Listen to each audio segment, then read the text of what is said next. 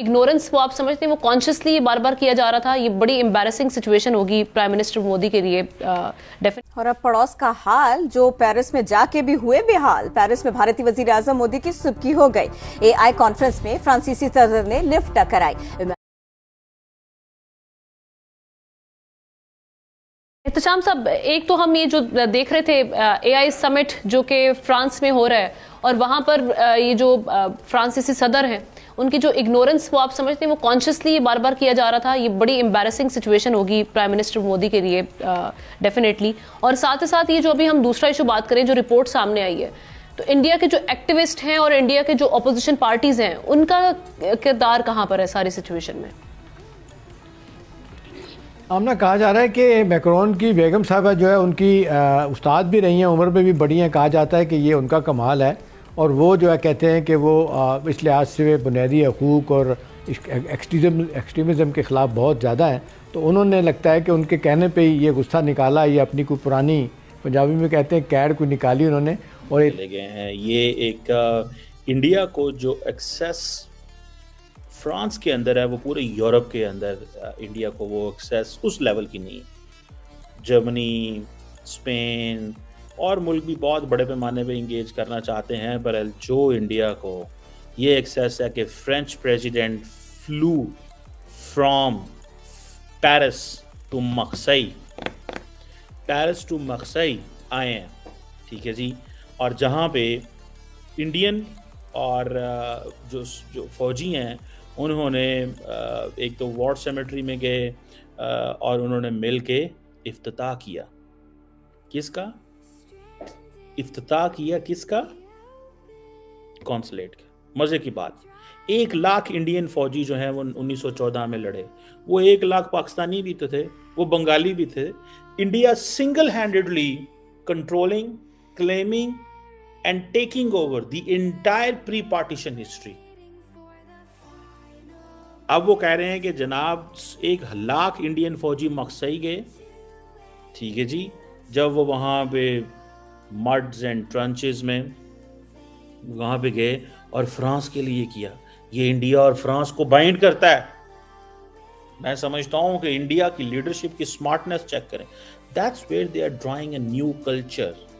They are linking themselves with the west. वो कहते हैं हमने वेस्ट को बचाया, हमने उनको बचाया। उस वक्त वो कह रहे थे और आज क्या कह रहे हैं? आज हम आपके साथ मिलके को प्रोड्यूस करेंगे, को डेवलप करेंगे, को डिज़ाइन करेंगे advance modular reactors and small modular reactors. ये हम आपके साथ करेंगे। This is what they are addressing. आपको पता है क्या डिस्कस हुआ है? एआई डिक्लेरेशन आया है इंडिया फ्रांस का, civil nuclear cooperation, Indo Pacific, triangular development, museum France जो है वो इंडिया के अंदर बना रहा है। यंग प्रोफेशनल्स के लिए स्कीम्स आ रही हैं, क्योंकि इंडिया को पता चल गया कि हमारे लोग फ्रांस जा रहे हैं, यूरोप जा रहे हैं, इलीगल पकड़े जा रहे हैं वहाँ पे। उन्होंने कहा यंग लोगों को तरीके से उनको को जो यूनिवर्सिटियों कॉलेजों में जाएगा, जो कन्वेंशनल तरबियत लेगा, ट्रेनिंग लेगा, उनको भेजो, उनको भेजो उधर। अब वो वहां जाएंगे, वो सारे काम करेंगे। समझ रहे हैं आप बात को? बहुत ही बड़ी डेवलपमेंट हुई है, बहुत ही बड़ी डेवलपमेंट है जनाब, इंतहाई इंपॉर्टेंट डेवलपमेंट है। ये सारी की सारी का ताल्लुक देखने से है। ये जो उन्होंने कॉन्सुलेट खोला मक्सई के अंदर, खूबसूरत जगह है मक्सई। मैं बार बार जब भी मक्सई की बात आती है मैं थोड़ा सा हो जाता हूँ, because I have been there I think twice. और यहाँ एक दफ़ा गया हूँ, मुझे याद नहीं आ रहा, मेरा 2 दफ़ा या 1 दफ़ा गया हूँ वहाँ में। तो द क्वेश्चन इज़ के बड़ा खूबसूरत जगह है, कॉन्सुलेट बनना वहाँ का इंडिया का, और बिल्डिंग बड़ी उन्होंने जो बनाई है वो बड़ी सही, और जैसे कि ट्रेडिशनल बिल्डिंग है।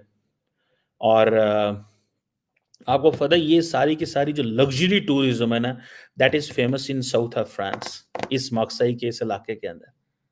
यहाँ पे लोग people are rich, like Indians भी आते हैं यहाँ पे। बड़ी यहाँ पे कांस, जो यहाँ पे मक्सई के साथ बिल्कुल जो next city I think that is Nice है।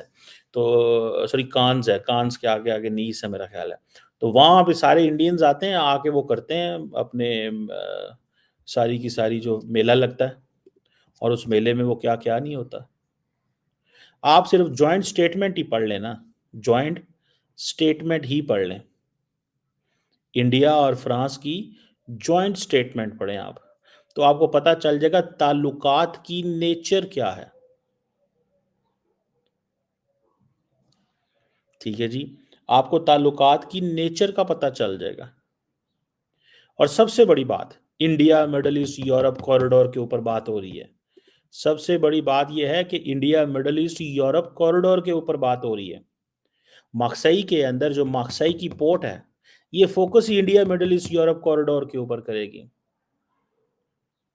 और वो आप देखें कि उस मैप जो दिखाया गया है, मैप दिखाया जाता है जी मुंबई से, गुजरात से, जो पोर्ट्स हैं वहां से वो निकलेंगे, जाएंगे सीधा किधर, स्ट्रेट ऑफ हार्मुज, वहाँ स्टेट ऑफ हार्मुज से, वहाँ से यूएई, सऊदी अरब, ये सारे रोल रेड नेटवर्क बनेंगे, इजराइल, जॉर्डन भी, आई थिंक ये जॉर्डन है या कोई और मुल्क है बीच में, उधर से होते हुए अगेन मेडिट्रेनियन से होते हुए सीधा वो